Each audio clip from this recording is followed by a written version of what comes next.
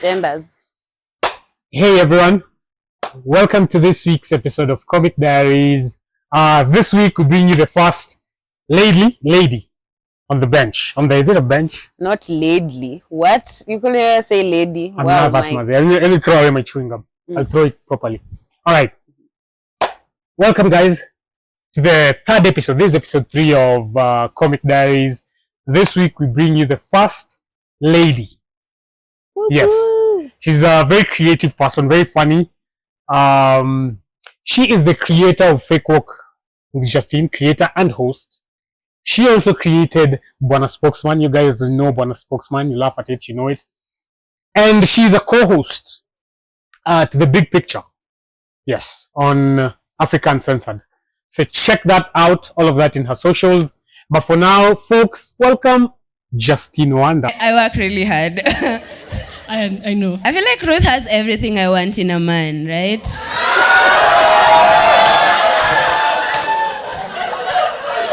She's tall, she's dark, she's handsome.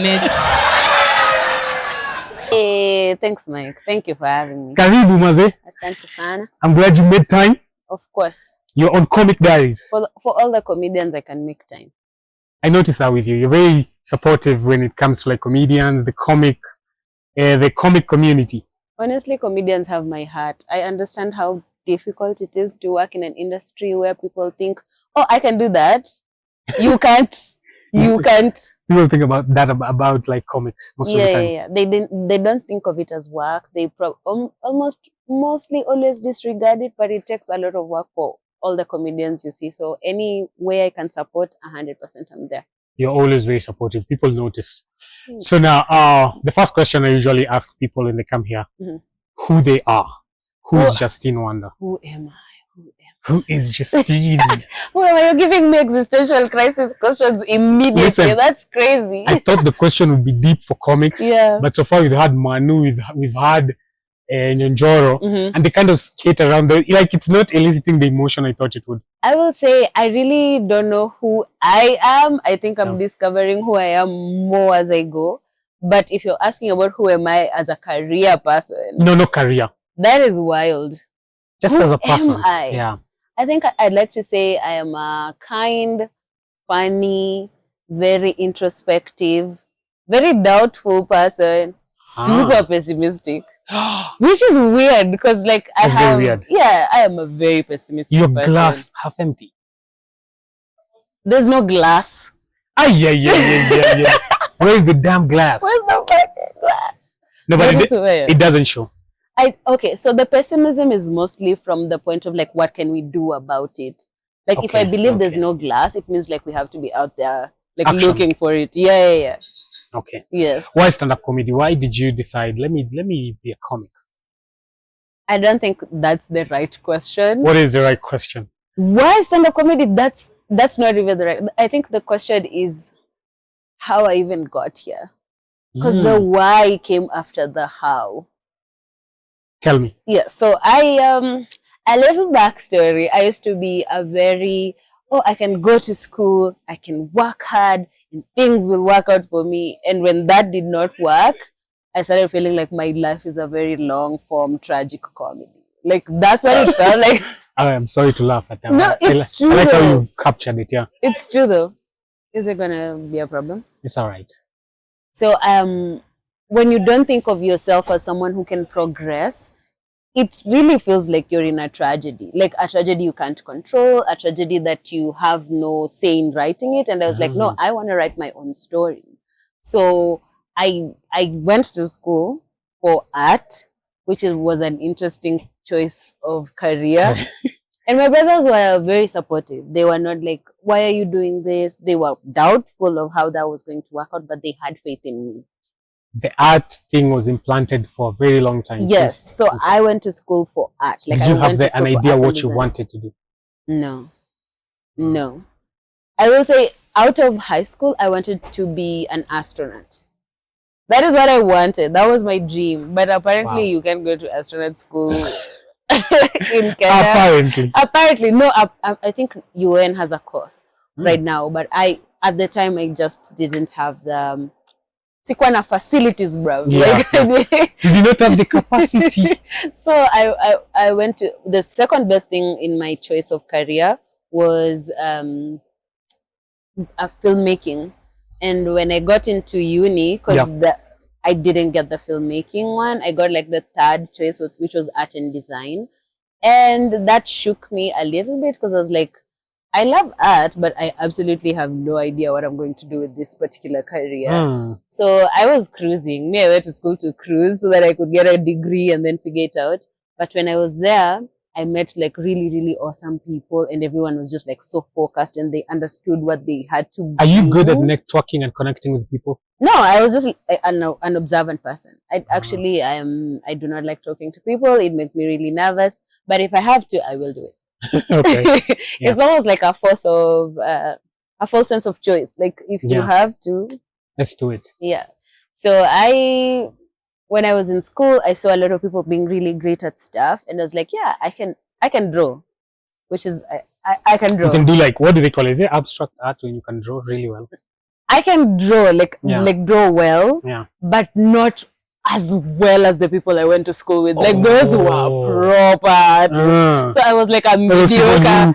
Have like a specific pencil for everything. This is for the outline. This is for shading. This one. Those are the people I went to school with, and you're like over there, like, yeah, I can outline. Check your angle. Look at mine. Yeah, check it. Yeah, it's not. So you can see your face. Like I was those people, but it forced me to be great because you needed to get good grades. So I did art, but like I pushed myself towards the design side of things, and I did interior design, and I got a job in interior design straight out of uni. I think like a 6-month window out of uni, which is a very short time period considering people go jobless for months.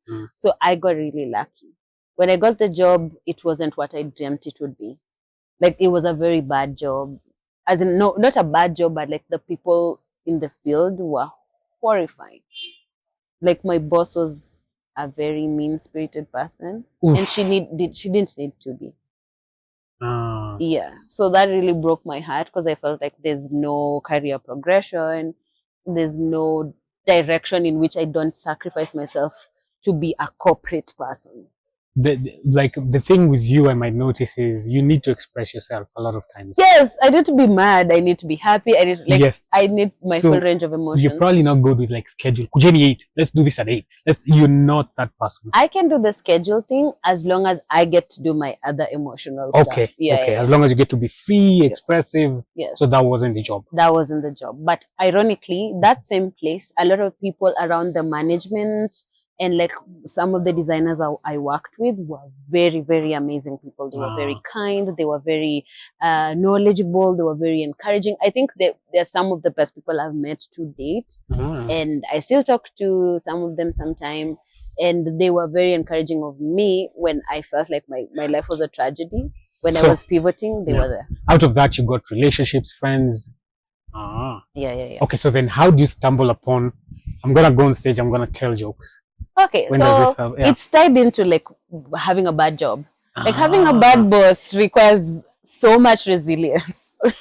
So I used to write a lot of, like, I've been a writer forever. Yeah. So I used to write every single thing that I'm going through, and I'm like trying to minimize it into like a joke so that it doesn't overwhelm me. And I think I got like a really, really good thing going. Yeah. And at the time when I was working, there was the time when Trevor Noah was like the host of the Daily Show. I think he had been the host for like a year or two or something. Yeah. You can tell I am old. So like when I would watch his work, I was like, this is very interesting. Like I like how this is like how he understands the human emotion and like can make it funny and like can understand really complex topics and can make it funny. Okay. And I had watched some of his work when I was in uni, his stand-up performances. Obviously, I'd seen other stand-up comedians, but like you're not thinking this is a career. But like seeing Trevor made me a little more curious about like comedy as an art form. So I kind of built my entire survival at work from like outletting through comedy, but I wasn't performing yet. Yeah. So I would watch a lot of comedy, like try to understand what comedy was, how do you So write jokes, how you, yeah. So you find yourself being someone who's forced to process a lot of heavy emotions because you've already admitted you're like a very negative emotion, glass half empty. Yeah. So at that point, then you find comedy Yes. because it's a good way to process complex things. It's a good outlet. Yes. Interesting. So then, where do you start finding out about the stand-up scene here in Nairobi? Do you know any guys who are performing by then? So a vibey thing that happened during the time when I was struggling. Yeah. A friend of mine, he's one of the creators of Too Early for Birds. It's called Abu. Abu was hosting an open mic, and it was like comedians, poets, musicians, every single people who are thrown in like the art whatever. The I think whole it was bucket. like 2017, 2018. Ah. Yeah. So like I was struggling at work, and I see my friend is hosting like at that time we were not friends. Like it was someone I knew because I'd seen like one or two of the Too Early for Birds shows. Yeah. So I was like, I wanna go. Yeah. You see, this is something interests me. Yes. Okay. So I watched like old Trevor clips. I found like 2 or 3 other comedians who were also like similar in the American scene or something, and their work really like spoke to me, and I went to the open mic. What is it about Trevor? Just sidebar kidogo. Manu also said Trevor was a huge part in him starting to do comedy. What is it about Trevor that gets a lot of people feeling like I'm inspired? Saying Trevor was a huge part of why I do stand-up comedy is not credit to Trevor himself. I think it's the possibility of him doing it. You understand? Like seeing someone who is from South Africa, like they're technically an African. You're like, an African is doing comedy? That is crazy. And rising all the way to the top. Yes. But then I hadn't given you background. Like I'd been consuming comedy in different forms up until that time. So seeing Trevor was like, okay, it's possible for someone in my stature, like someone who is also African, and like it doesn't feel like there's any structure here. So just like the image of him there felt like it was possible for also you kind of saw yourself in Trevor Kidogo. Yes. Like the possibility is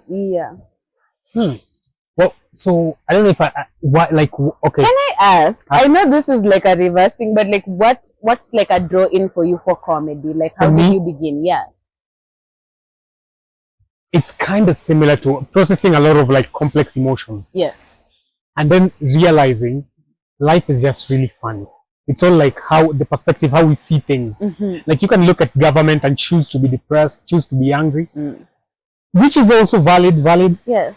But then I just look at them and I realize they're also human trying to navigate the world. Some of the stupid things they do is just really funny. Unfortunately for us. Yes. Unfortunately, like comedy is almost built into our DNA in such a tragic way. Yes. That we sometimes the only way to do it, like the only way is obviously through, but also the only way is through comedy. Through humor, yeah, you have to laugh at it. You have to. So you said the first time you go on a stage to tell jokes, what year is this? Where was it? How did it go? I think it was 2018. If I'm not wrong, it was 2018. That will make it how many years from today? Oh, 7. Yes. So I think it's 2017 or 2018. I'm not remembering the year correctly. Because everything was just so weird at that time, and I was trying to survive. Okay. So I remember it was a Monday. It was a Monday. Yes, it was a Monday. I think the open mics are always on Monday. It was a Monday. I left work, went to town because that's where at number 7. Oh, number 7. I went to number 7. Every comedian has a story about number 7. I wrote down my name. My friend was like, yeah, so this is going to be the running order. We're going to have this and this and this people, and then you're going to come after. I was like, cool. So who was there then? I don't remember any of the people who were there. I just remember freaking out because like some of my friends were there, and I just wanted to like make people laugh. I wanted to be able to get at least a laugh. That was like my whole goal. Okay. If I get like one laugh, I'll have won. Just one? Just one. All I needed was one laugh. So I get up there. I hold the mic. I say the first joke, and I think I get a chuckle. And I was like, okay, this is not bad. I'll take it. This is not bad. Fuck it, I'll take it. I'll take Okay. the chuckle, yeah. On to the second joke, and then like this lady who was in the crowd just started heckling me. Ugh. And I don't remember what she was saying, but I do remember that I was shocked that like heckling was a situation I would find myself in like the first time performing. And it did not help that there was like smoke coming from the kitchen onto the stage. I have a weak chest. I was coughing. I'm trying to survive a heckle. So while all this is happening, I try and like use my genius mind to walk through the crowd and stand at the back where like because like number 7 is like reverse setup. Like you have to go all the way. It's set to up the really door. weird. Yeah. So I walked all the way to the door Yeah. to try and perform from there while I breathe fresh air from outside so that I don't die. Because there's smoke coming from the kitchen. Yes. That it was so embarrassing. But I was so proud of myself because I did not give up. But like my friends saw the situation and was like, this is getting out of hand, and like they came to rescue me. So they're like, please don't heckle the comedian, blah blah blah. And it was just really tragic. But because I got like some laughs, and like, I was like, this is it for me. I knew this is I bombed. The first time I did it was in 2 Grapes. Yeah. I bombed so bad. But I was there the second week. For some reason, I just knew like.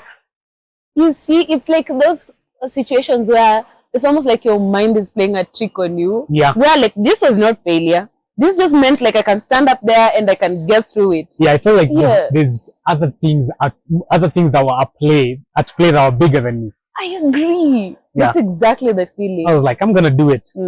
Anyway, what do you wish more people knew about stand-up comedy?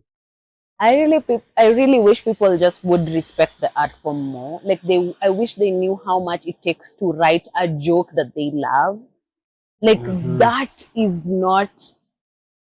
There's sometimes where it's so easy. There's days when you write a joke and it's so easy and you perform it and it's so easy and you just like, like you're on top of the world. And then there's days when you've written the joke that you think is like the most well-structured, has the most tags, has the most like really good punchlines, and the day you stand up there and perform it, it's just not working. It's not working, yeah.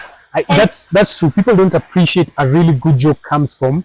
Yes. Like people think when you're up there talking, he's just riffing. No. So if there was that kind of appreciation for the work that goes into the joke, the work that goes into any kind of art, I think there would be a lot less. Unajua kenye unafaa kufanya. That's every audience member in Kenya. Oh my God. You know, one time we tried to give us advice. This sometime in 2 Grapes. Yes. We did a performance. I would think it was me, Maina, Marcus. Yeah. So after we're done performing, this guy grabs us backstage and like, so I think you guys need to start like a whole pep talk and prepare advice. Yeah. We're just looking at him like, okay. Because I feel like if people had an appreciation or an understanding of how much it takes up until you're on stage doing that joke that's bombing or doing that joke that's killing, they would be less yappy about what you need to do. People will appreciate it better. Yeah. Let me ask you about fake work. Yes. So fake work is like, you created fake work. I'll let you define it. Tell me when you created fake work, and it's very successful by the way. Congrats on that. Thank you very much. Yeah. So, what were you going through that period? Why did you create fake work? What did that come about? What's the concept behind? What's the thinking behind fake work? So fake work was created at a time when I was. I think the creation of fake work goes back to my job. Okay. That job really did a number on me. But like that job was like an uprising of sorts for me. Because like when I was at that job, I didn't have any kind of labor protections. That's every job in Kenya. We were just getting paid like by a bahasha on some random day. And you're like, what if I get robbed? Like, this is crazy. You people need, you understand? Like, I was freaking out because like carrying cash and we were not getting paid a lot of money. Like in the beginning, I was getting paid 10,000 Kenyan shillings. I am like, this 10,000 shillings has to pay for my rent. Oh. I was staying at a place where I think I was paying rent at 7,000. It wasn't a shady place, but it was a place. Yeah, you just... It was a bed sitter, but I was like, if I get robbed of this 10,000 shillings, I do not have money. Rent. This is crazy. Like, I don't think people understand. Like, this is crazy for me. Yeah. So, we're getting paid shadily. our bosses are mistreating us. Like it just didn't feel safe. And also I have to work long hours. I was leaving work at like degree 7, degree 8, and I thought maybe like if I put in the work I'll get respected and like maybe they'll pay me more. And Yeah, I was that just is like, usually what people think Yes. at first. Yeah. hey. So like when I was creating fake work in 2019, I wanted to like one of the things I wanted to really do was like address what labor laws look like in Kenya and what kind of protections we do. This is what birthed fake work. Yes, like Wow. that was the idea initially. I want to be able to talk about this. So when I was at my work, when I was watching Kina Trevor, when I was watching Jon Stewart, when I was watching Kina John Oliver, I was like, I was getting the understanding of like the creation of those kinds of shows. Interesting. Like satire that intersects with very important information and work and issues. And yeah. So I was watching that, I was like, I can do that. But like when I was thinking it, I didn't have the framework, I didn't have the comedic knowledge, I didn't have the performance knowledge, I didn't have all this info. Yeah. So I was like, how do I create this show? So in 2019, I just told my friend, I'm going to do it. I'm going to do it. Because like that's when like Sijui Huduma number was being introduced to some shit. Like they were introducing like some very shady things, and I was like, I want to tell people about this. Yeah, I want to dissect this from like my own my comedic lens. Yes. And also the way the news used to be presented to us, it also featured a lot of politicking, a lot of politicians. Like the issues were also not at the core of like how the news was being we driven. have personalities. Yes. News was like a reality not the show. Issues, Yeah, like news is not supposed to be about people. It's about man. Like I see these people every day. Yeah, it's like, oh, this person went and launched a toilet, and like people are clapping, and I'm like, that should not be news. Yeah, that's not news. Why do those people not have a toilet? That should be the news. You know. Yeah. So I created that show from like that kind of frustration, but it was built slowly as an idea. And then when like I saw the Huduma number story, I was like, there's a lot of missing information between what was happening. So I was like, okay, I'm gonna create the show. And the writing initially was so bad, and I was shooting in landscape and uploading it in portrait. I was just like, I had no idea. Teething problems, they call them. Like it was so messed up. But I was just like, if I keep at it, just keep doing it. Just keep doing consistently. But that was not like the reason I did it was like, I want more people to know what's happening, and I want them to care about these issues, and I want them to understand. So it came from like a very good, strong place. It came from you really wanted to do something with it, use your voice. Yes. And I also didn't want them to be overwhelmed. I don't want people to be overwhelmed by the information. It's kind of a strong message when you say, like, you're teething problems, you're shooting poorly, you're writing poorly, but the idea rose to the top because the idea was there. Very interesting. Yeah. So, let me fast forward you kidogo. Now you create fake work. Fake work is doing good. You're even improving your writing. Let's talk about 2024. 2024, there's finance bill protest, which you attended, like, let's say religiously. Yeah. You were part of it, the thick and thin. Yeah. Talk to me about this period. How did it impact you? So. And your work. My thing was like, I think we'll have to go back to finance bill 2023. Around that time, people were like, the housing levies are that bad. It's just like, it's not that bad. It's just like taking a little bit of your salary to build people's houses. And I was like, that's crazy. Why would my salary build some random person's house? How do you own the land? How do you make sure that the land is not stolen? Like, I was like, there's a catch here. Yeah. And I remember when I did that video in Finance Bill 2023, the comment section was like, oh yeah, now I understand how this thing works and how this could impact us in the future. And I hate to say it, but I was absolutely right. I hit every single futuristic in 2023. Okay. So in 2024, when the Finance Bill 2024 came about, I was like, this is the housing levy all over again. But the stakes are even higher because it's more taxes, more unexplained stuff, more, it's just like more tragedy being built into our lives again. And I was like, this time, if there's something I can do about it, if I have to report from the front lines of like advocating for better governance and better tax reforms, I will do it. I didn't know what I was going to do, but I just felt like I had to do more than like sit in my house talking about the issue. So you felt a responsibility because of your platform? Yes. Okay. And also what had come from 2023, like people not taking that as a serious moment of like a lot of changes that were going to affect all of us. I feel like if we don't do something, it's going to become this again. Yeah. Yes. Why did you think they hit so hard in 2024? But anyway, I feel like that's more of a political question. That is political. Like, yeah, it's a bigger. But let me ask you this: so you covered this through and through, on Fake Woke. How does it impact you? Because like you're having to go to the protest, you're having to write, you're having to see it from different perspectives. Like, what's this period for you? I'll say the first protest when I went, my thing was like, we just get out there and we shout and we say no. Like, it was just like, no means no to like more taxes. That's what I thought it was going to be. Like, if we just say no, like the government is going to be like, okay, they're raising a very important issue. Yeah, like this affects them. You know, we are suits, but like, you know, it's listen to so them. I was very naive. Like, I'll say going in, I was very naive about like what the protests would be. Okay. But it was coming from a point like, let's just tell the truth about like how this is going to impact us. Nikuache umaliza kuiona. Apologies. It's not about kulala. Ni kuiona to the environment. Go ahead. So my thinking was like, if we just advocate. Yeah. So just use your voice. Advocate. I am just a part of the people who are saying this is wrong. Yeah. Bruh. Tulifika huko tunakimbizwa. Nilipigwa na tear gas kwa mkono. Literally, because I was holding my phone and people were singing, I think, the national anthem or something. And we were standing in front of Nation Center. I'm holding my phone, say I'm recording. People like, you know, this is solidarity. This is like, don't tax us. I got hit by a tear gas canister. I think it was on my left or right hand. I don't even remember. Me, I'm shocked because I was like, I didn't expect it to be so soon. Like, I didn't know we were going to be running. How do you tear gas a body? What are you doing? Yes, somebody hit me and I'm like, we need to run. Yeah. So I start running. I was with my best friend and my sister. And I'm like I was like in combat. Like, it's like a combat day. I was like, I'm telling my friend, keep your head down.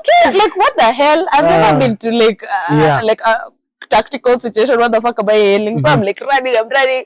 Like, we are ducking.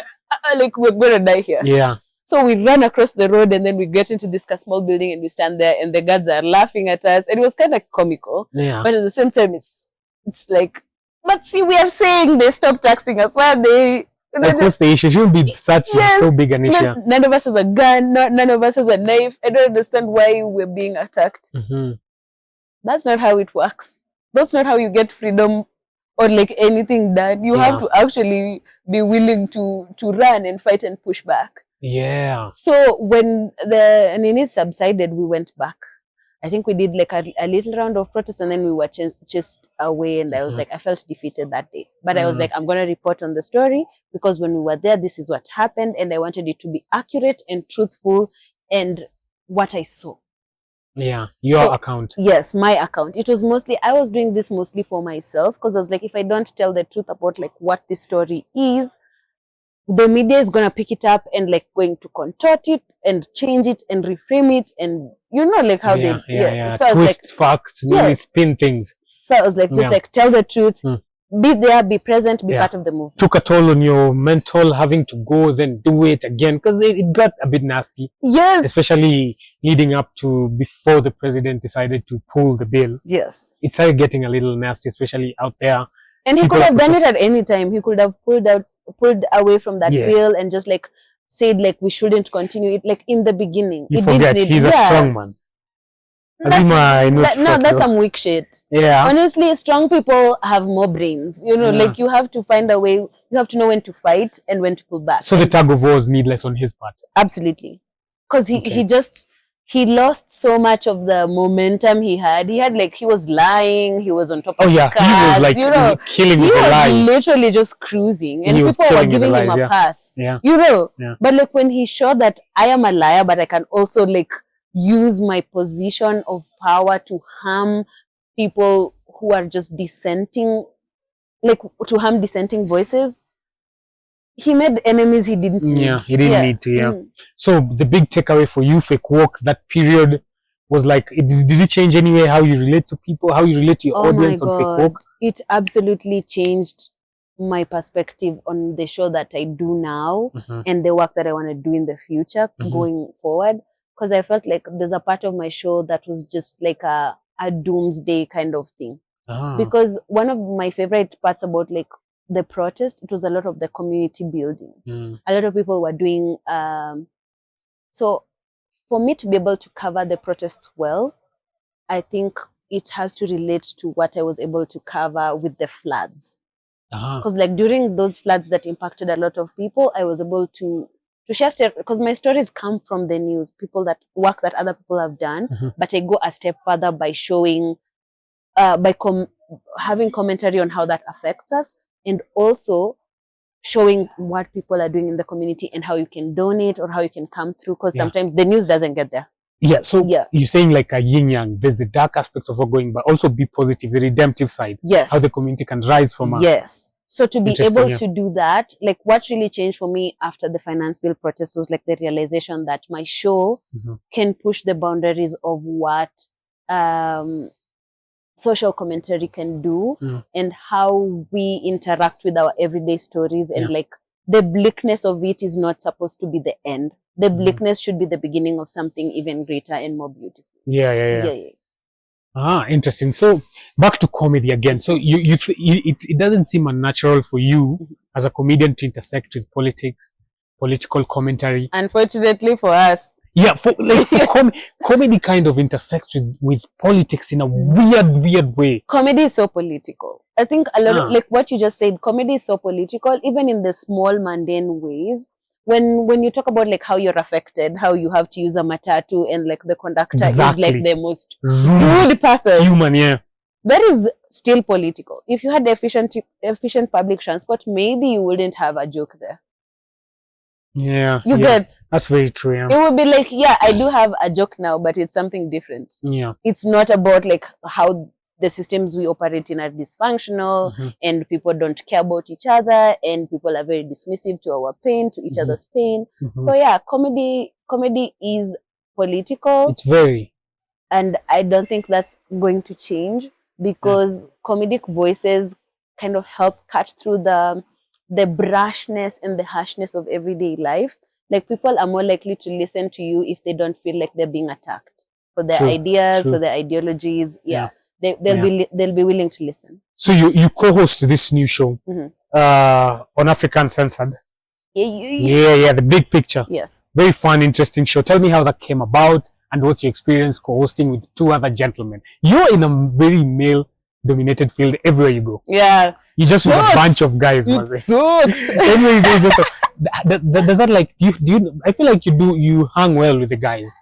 It doesn't affect your comedy, does it? So this goes back to, I think I got a lot of home training, and by home training it means I grew up with boys. Ma brave. Bro, growing up with boys is tough. They don't care about your feelings.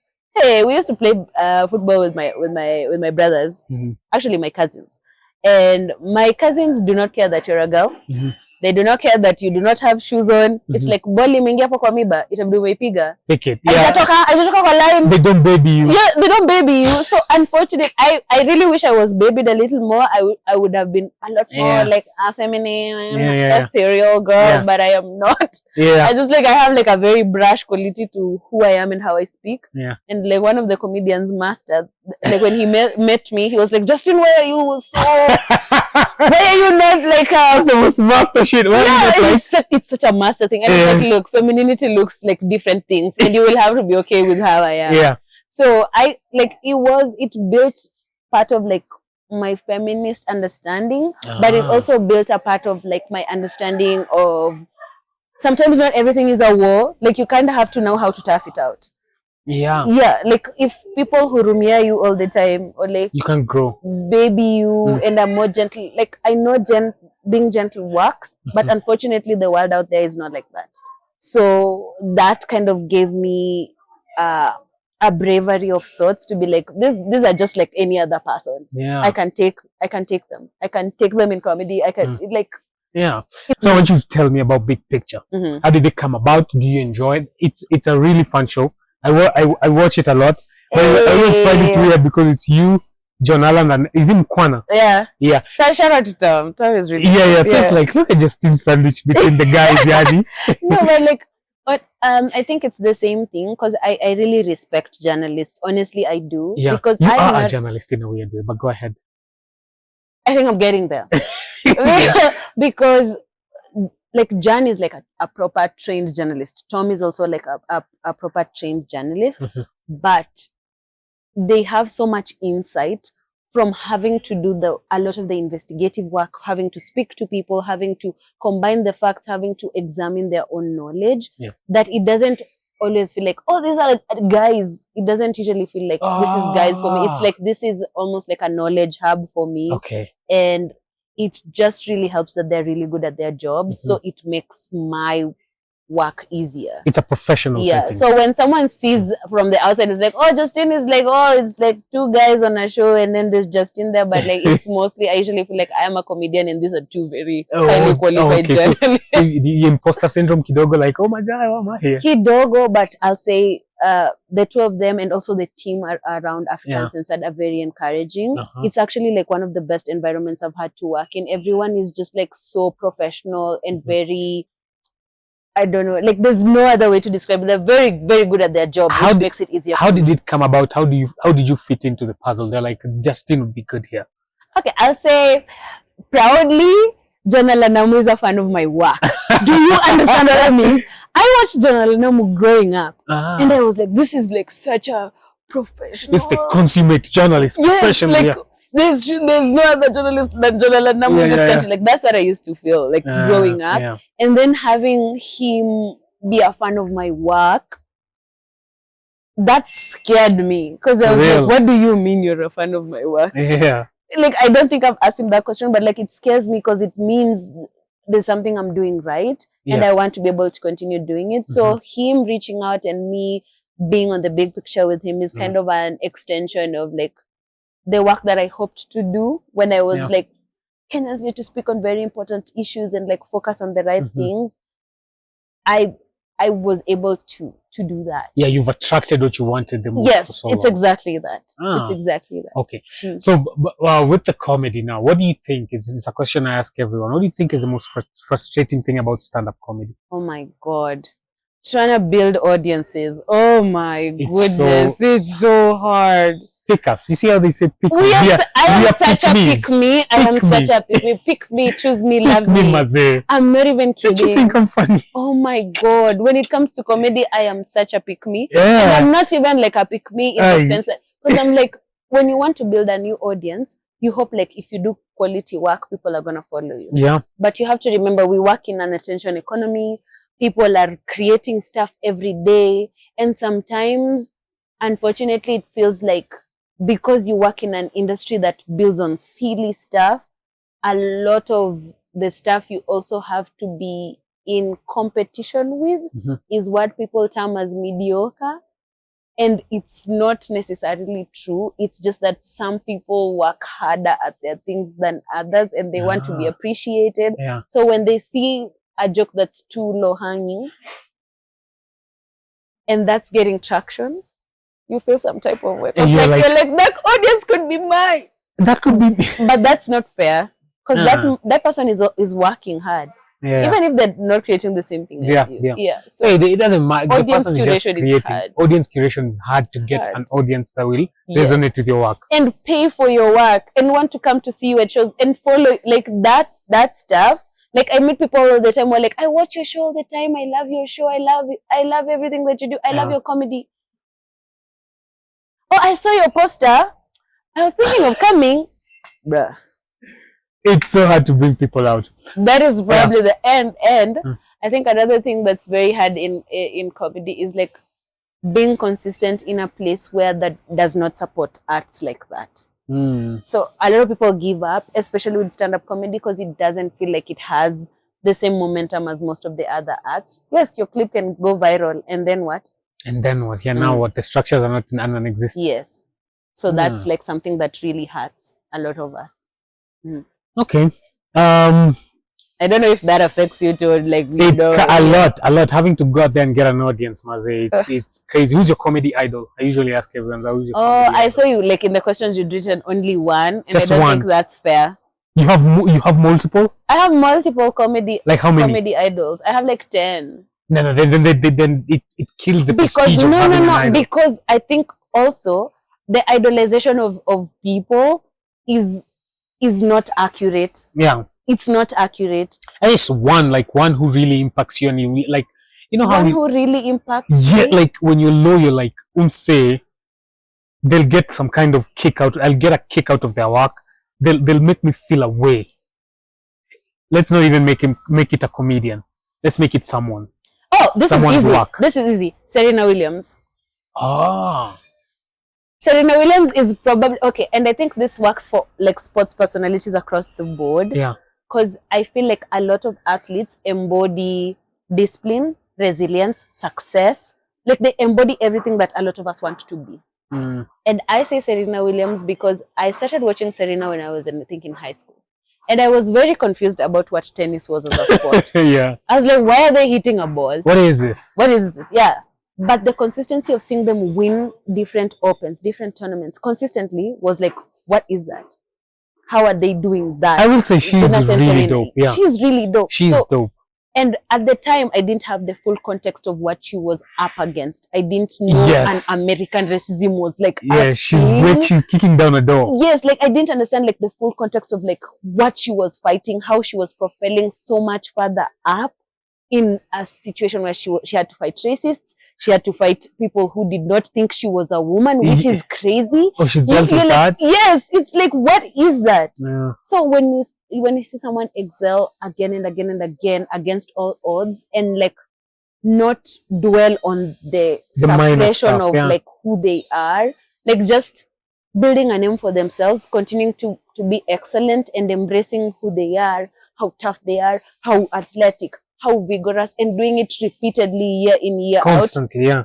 That to me, that's the embodiment of like I'll say an idol. And you can Yeah. find them in so many different people. Hmm. So I built my comedy understanding around watching an athlete. Yeah. I was like, if I want to be great, I want to be able to do what that athlete you does. like the fight in them, the consistency, and Yes. plus she's a woman who like.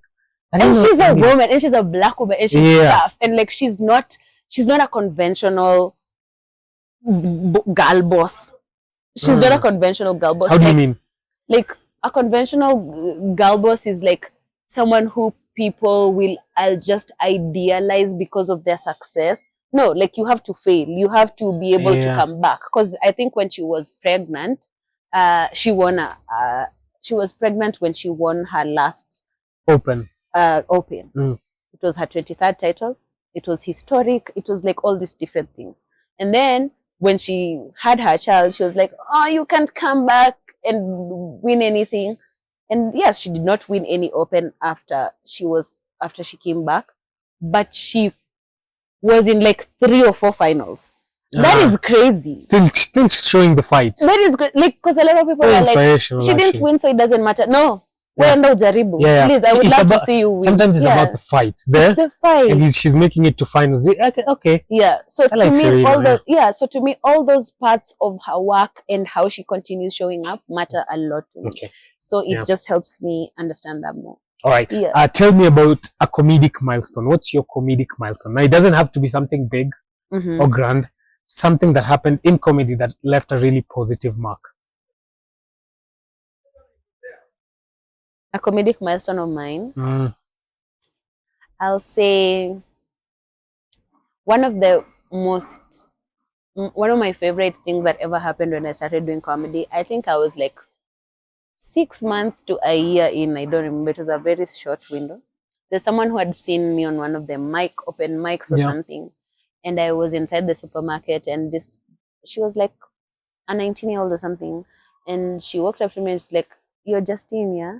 I watched your work at some show, and I think what you're doing is really amazing, and please never stop, and I know you're going to do something really great, and I really hope we're here to watch it." For real?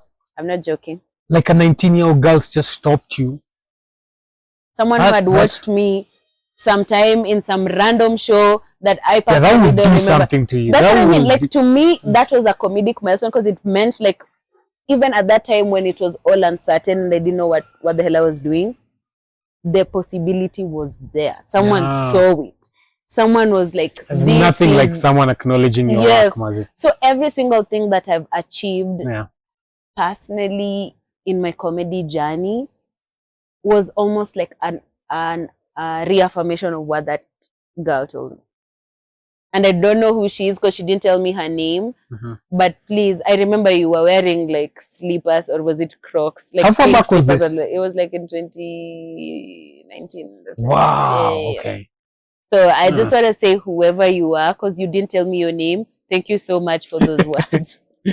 Yeah. All right, Justine. But like I'll be kind to say my comedy idol, just like so it's not like oh Yes. she does not have comedy idols. Yeah. I will say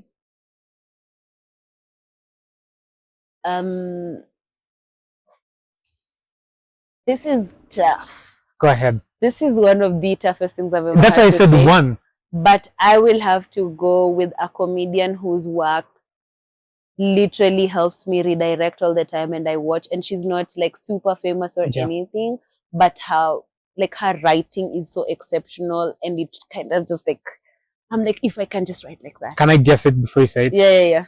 I feel I'll get it wrong. Go ahead. Just say No, it. I want you to say it so that Is it Michelle Wolf? it's not Michelle Wolf, Okay. but it's just kind of close to Michelle. I love Michelle Wolf. I love Michelle Wolf. I as a love her a performer. lot. I love think her she so is much. unbelievably She is funny. amazing. She is ridiculously funny. So good. Yeah. So good. Anyway, But it's not back to Michelle you. Wolf. It's like to me, she's like super popular, but a lot of people, I don't know if a lot of people know her. Her name is Aparna Nancherla.